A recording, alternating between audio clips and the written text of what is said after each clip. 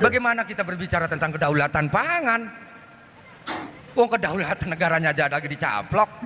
Bagaimana kita berbicara tentang ketahanan pangan, berbicara tentang ketahanan protein, ketahanan karbohidrat? Lawang wadahnya, ruangnya sedang dirampok. Ya beresin dulu dong ruangnya. Baru bisa bercocok tanam, baru bisa berternak ikan, baru bisa ngejala, baru ada protein, baru ada karbohidrat, baru bisa berpikir, baru bisa angkat senjata, baru bisa beli senjata, baru bisa belajar, baru bisa berilmu, baru bisa cerdas, baru bisa besar, baru namanya NKRI. Gitu. Lah ini mau kemana arahnya gitu kan? Saya bingung ini arahnya kemana gitu. Justru hari ini mumpung saya ada di panggung, saya mau ngomong sama Presiden, Pak Presiden Prabowo, Presiden Republik Indonesia. Apa yang menjadi dasar kamu, Pak Presiden? Ngomong hidup Jokowi. Kurang keras, hidup Jokowi. Kalau nggak ada Jokowi saya nggak jadi presiden. Lah, yang saya pertanyakan adalah apa motivasinya Pak Presiden ngomong itu? Sehingga rakyat mendengar itu, kemudian rakyat ngambek. Bikinlah gerakan namanya Indonesia Gelap, karena memang Indonesia sedang gelap. Benar nggak salah, Indonesia sedang gelap. Oke guys, assalamualaikum warahmatullahi wabarakatuh. Kembali lagi di channel Gambas dan LG guys. Kita simak guys, ini ada video keren dari Pak Khalid guys yang kemarin viral guys, karena apa istilahnya guys, bukan menghantam ya guys, istilahnya itu memperjuangkan guys tanah Banten atau Tangerang juga Serang. Pokoknya ini menyangkut kemarin pagar laut dan juga perampasan tanah-tanah warga yang mengatasnamakan negara atau juga PSN guys. Kita simak guys Pak Khalid guys. Bismillahirrahmanirrahim. Bismillahirrahmanirrahim. Huwar Rahmanul Quddus, Ba'isul Muqtadiru, Rabbi shrahli sadri wa yassirli amri wahlul 'uqdatam min lisani yafqahu qawli. Subhanaka la ilma lana illa ma 'allamtana innaka antal alimul hakim. Shadaqallahul azim. Terima kasih. Mungkin kalau berbicara tentang ketahanan pangan, saya akan memposisikan sebagai tukang nangkep ikan dan tukang nanam padi. Jadi pekerjaan saya itu tidak jauh-jauh dari piring. Bagaimana kita berbicara sosial, berbicara tentang ekonomi, berbicara tentang politik, berbicara tentang kesenian, sesuatu yang indah. Apa ini guys yang indah? Atau berbicara tentang ilmu dan teknologi, atau berbicara tentang bagaimana tentang pengetahuan falsafat misalnya, atau berbicara tentang agama, hubungan manusia dengan manusia. Kalau di rumahnya tidak ada nasi dan ikan. Jadi berbicara tentang ikan berarti berbicara tentang laut. Berbicara tentang nasi berarti berbicara tentang sawah. Sawah dan petani. Nah, kami akan cerita di mana kami bertempat, yaitu di wilayah masih Indonesia. Provinsinya Banten. Kabupatennya Tangerang dan Serang. Kecamatannya banyak, ada Pontang, ada Tirtayasa, ada Tenara, ada Kerunjo, ada Kosambi, ada Pakuaji, ada Teluk Naga, dan yang lainnya. Dan wilayah itu adalah wilayah pertanian dan perikanan. Kemudian di sini kita ngebahas tentang ketahanan pangan. Sisi lain di wilayah kami,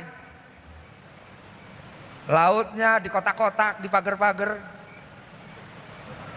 Tak pikir apa, ternyata dijual. Dijual. Laut dijual gitu kan. Saya nggak bisa pikir kok laut dijual, bingung saya juga mikirnya. Nah dari proses mau penjualan laut ini juga mengganggu mata pencarian kami sebagai nelayan. Sehingga kami sulit mencari ikan karena ruang hidup kami sebagai nelayan di kapling-kapling, di kotak-kotak. Tapi walaupun alhamdulillah sekarang sudah dicabut. Walaupun pelakunya juga belum ditangkap. Oke. Kalau yang ditangkap tentang Lurah Kohot itu sebenarnya itu bukan pelaku pagar laut, tapi pelaku pemalsuan SHGB dan SHM-nya. Oke.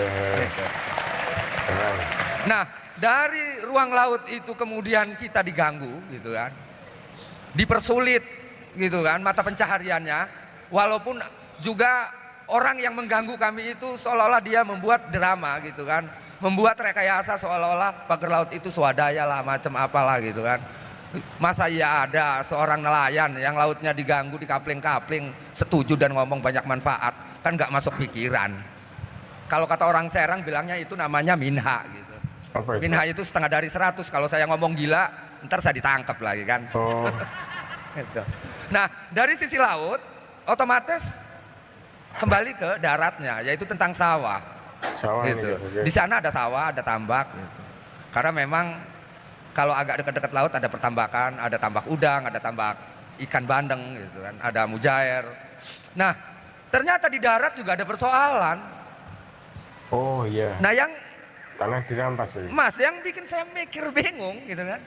Masa iya kita hidup di negara hukum, ada orang punya sawah belum ditransaksikan diuruk. Kan bingung saya mikirnya kan. Oke. Loh ini negara Perampasan. punya hukum apa Masya enggak Allah. gitu kan.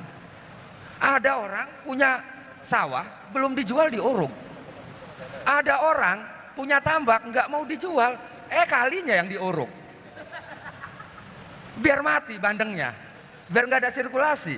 Kan yang namanya ikan kan butuh sirkulasi. Ya kalau alat sirkulasinya diuruk, otomatis bandeng mati karena salinitasnya terlalu tinggi. Itu kata teori orang pembudidaya tambak. Lah kemudian bagaimana dengan petani gitu? Lah bagaimana kita ngomong ketahanan pangan? Sawah-sawahnya diuruk, tambak-tambak diuruk. Lah saya melihat ini dan saya pikir ini tidak sesuai dengan kehendak saya. Dan ternyata ketika saya ngomong ini tidak sesuai dengan kehendak saya, ternyata ini juga tidak sesuai dengan kehendak Allah. Karena Allah ngomong, "Hai, berbuatlah kebajikan dan cegahlah kemungkaran." Karena dengan apa yang saya ceritakan tadi, itu adalah kemungkaran. Nguruk sawah yang belum dibayar, nguruk sungai yang itu adalah fasilitas publik, mager-mager laut kemudian dijual sama perorangan, itu kan mungkar namanya. Lah kalau kita ngeliat kemungkaran diam aja, dipertanyakan sama Kang Mas ini kan, ya kita ini manusia apa bukan? Ya katanya manusia itu kan khalifah di muka bumi. Lalu kemudian jangankan istilahnya melihat kerusakan di laut, kerusakan di darat, kerusakan di gunung, nebang hutan, tambang segala macam. Kita diam aja berarti kan dipertanyakan manusianya. Jangankan itu hal yang besar gitu kan.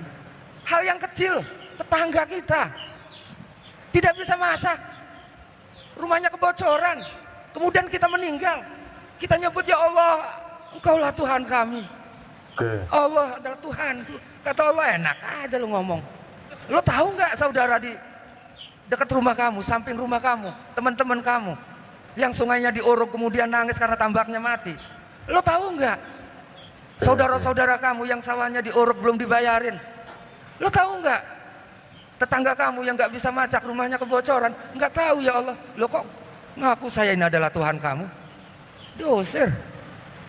Bagaimana rasanya kalau nanti kita mati nggak diaku Allah? Artinya cintanya tepuk sebelah tangan.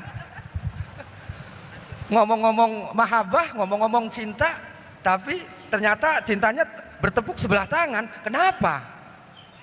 Karena kita tidak peka dengan persoalan-persoalan yang ada di sekitar kita. Bagaimana hubungan kita dengan makhluk-makhluk Allah yang lainnya? Laut dirusak, dicemari, kita diam aja, gitu kan? Ekonominya diganggu, kita diam aja. Udara dicemari, kita diam aja. Lah terus komunikasi kita dengan Allah, aplikasinya mana? HP aja butuh aplikasi kok, yang produk manusia. Lah kita produk Allah, aplikasinya mana? Kalau semua kerusakan, kedoliman ini kita diam aja. Coba deh, buka di surat Al-Imran 104. Mungkin nggak saya bacakan, takut salah. Ya. Al-Imran 104. Coba didalemin di situ. Nah, itu artinya kalau saya bicara saat ini adalah sebagai akibat, anggap saja akibat ngomong. Berarti akibat sedang bicara. Ya inilah saya akibat. Otomatis kalau berbicara akibat berarti bicara tentang sebab. Lah saya mikir sebagai seorang nelayan, sebagai seorang petani, loh saya ini kok tidak seperti diurus oleh negara, gitu. Bahkan ini udah saya katakan di siaran TV, di podcast atau apa. Saya tidak merasa diurus oleh negara. Tapi saya merasa diurus oleh korporasi. Kata orang elit mah korporasi katanya kan. Saya juga boleh ngejiplak aja bahasa korporasi itu. Lagi diurus oleh oligarki gitu kan. Gitu, oleh pengusaha. Yang kemudian cara berpikirnya adalah untung rugi. Kemudian saya hanyalah objek. Yang namanya objek ya terserah-serah sublek mengelola lah. Mau dibikin tempe, mau dibikin belkedar, mau dibikin apa, suka-suka pengelola lah kan. Lah kalau pengelolanya hanya mikir untung rugi ya rugi terus kita. Otomatis miskin terus kita sampai kiamat. Lah saya nggak suka itu. Gitu. Lalu saya katakan kepada negara, lah ini negara kemana? Saya bilang sama negara, kalau negara nggak berani sama korporasi itu, lingkaran kecil itu, saya yang akan melawan. Rakyat saya akan pimpin. Keren Pak Holid. Kenapa? Ya kan, Pak, manusia. Saya sampai segitunya berani ngomong karena kedolimannya ini sangat telanjang bulat. Kedoliman yang tidak telanjang bulat itu cukup bisa dilihat oleh orang-orang yang alim, orang-orang yang berilmu. Tapi ketika saya melihat kedoliman di depan mata saya, artinya dolimnya udah telanjang bulat, nggak pakai kancut-kancutatan, nggak pakai kolor-koloratan, telanjang bulat. Artinya saya orang awam bisa melihat kedoliman itu. Artinya kan telanjang kedolimannya. Itu. Nah, sampai akhirnya, kata saya ini kok seperti orang yang pikirannya cacat kemudian memimpin negara. Oke. Yang disebut cacat itu ya mereka mencoba memasukkan lingkaran yang besar kepada lingkaran yang kecil. Yang nggak mungkin lingkaran besar itu masuk di lingkaran yang kecil, tapi dia dipaksa untuk masuk. Artinya negara dicaplok oleh Korporasi. negara kecil, korporasi atau oligarki gitu. Nah, Rakyat siapa kecil. oligarkinya dan siapa korporasinya, katakan Ilyas gitu. Terus saya bilang, PEK 2 yang di PSN kan. Lah cuman yang jadi pertanyaan, PSN itu proyek strategis nasional. Lah tapi saya sebagai rakyat Indonesia nggak merasa strategis, malah sebaliknya. Gitu. Lah kemudian ini dilabelkan ke swasta. Namanya PEK 2 dan PEK 3, PEK seterusnya. Sampai seluruh Nusantara di PEK. Oh ternyata diam-diam negara kita ini Dijual. sedang dirongrong kedaulatannya. Oh, dirongrong. Lah bagaimana kita berbicara tentang kedaulatan pangan? Wong kedaulatan negaranya aja lagi dicaplok. Bagaimana kita berbicara tentang ketahanan pangan, berbicara tentang ketahanan protein, ketahanan karbohidrat. Lah wong wadahnya, ruangnya sedang dirampok. Ya beresin dulu dong ruangnya. baru bisa bercocok tanam, baru Baru bisa bisa. berternak ikan, baru bisa ngejala, baru ada protein, baru ada karbohidrat, baru bisa berpikir, baru bisa angkat senjata, baru bisa beli senjata, baru bisa belajar, baru bisa berilmu, baru bisa cerdas, baru bisa besar, baru namanya NKRI. Oh, Gitu. keren, guys. Pak Khalid Lah ini mau kemana Keren. arahnya gitu kan? super power Saya istimewa. bingung ini arahnya kemana gitu. Yang lebih parah lagi saya berpikir, loh saya ini dampak dari orang yang notabene adalah agen penjajah. Yang kemudian agen penjajah ini dimodali, dibiayai dari hasil tambang pasir di laut, dibiayai dari hasil tambang emas, tambang batu bara, tambang ini, tambang itu, nebang hutan, segala macam, ngejual batu di gunung. Kemudian ini jadi biaya orang yang disebut agen penjajah. Tahun 2012 sampai 2014, setengah main kemudian ditaruh di atas, jadi presiden, 10 tahun dia berkuasa. Dan ini dampaknya 200 tahun ke depan. Dan saya melihat itu. Justru hari ini mumpung saya ada di panggung, Oke. saya mau ngomong sama presiden, Mumpung di Pak panggung. Presiden Prabowo, Presiden Republik Indonesia, Wow. apa yang menjadi dasar kamu, Pak Presiden? Oke. Ngomong hidup Jokowi, Oke. kurang keras, hidup Jokowi. Kalau nggak ada Jokowi saya nggak jadi presiden. Lah, yang saya pertanyakan adalah apa motivasinya Pak Presiden ngomong itu? Sehingga rakyat mendengar itu, kemudian rakyat ngambek. Bikinlah gerakan namanya Indonesia Gelap, karena memang Indonesia sedang gelap. Benar nggak salah, Indonesia sedang gelap. Mungkin segitu aja dulu karena waktunya terbatas. Biasanya kalau orang ngomong nggak ingat, biasanya banyak ngomong banyak salah. Dan mohon dimaaf. Assalamualaikum warahmatullahi wabarakatuh. Waalaikumsalam warahmatullahi Waalaikumsalam warahmatullahi wabarakatuh.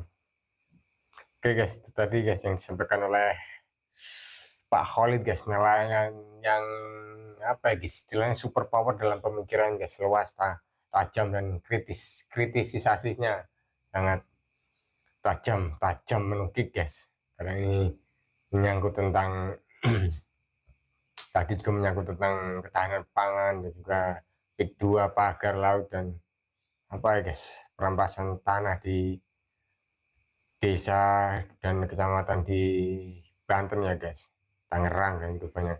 Karena yang terjadi yaitu belum ditangkapnya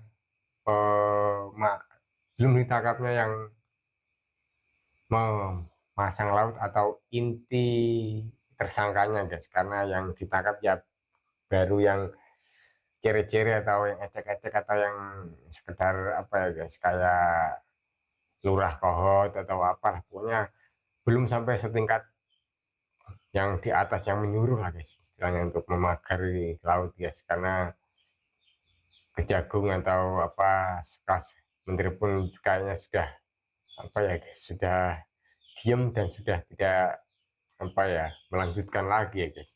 Wow, sudah menyerah lah istilahnya gitu guys. Dan ini masih diperjuangkan oleh warga atau saudara-saudara kita guys di sana guys. Semoga tetap sehat dan diberikan kemudahan guys, karena ini sangat berat karena mata pencariannya untuk sehari-hari guys di laut, mencari ikan dan juga padi dan juga tambak-tambak, karena sungainya diuruk, tanahnya sebelum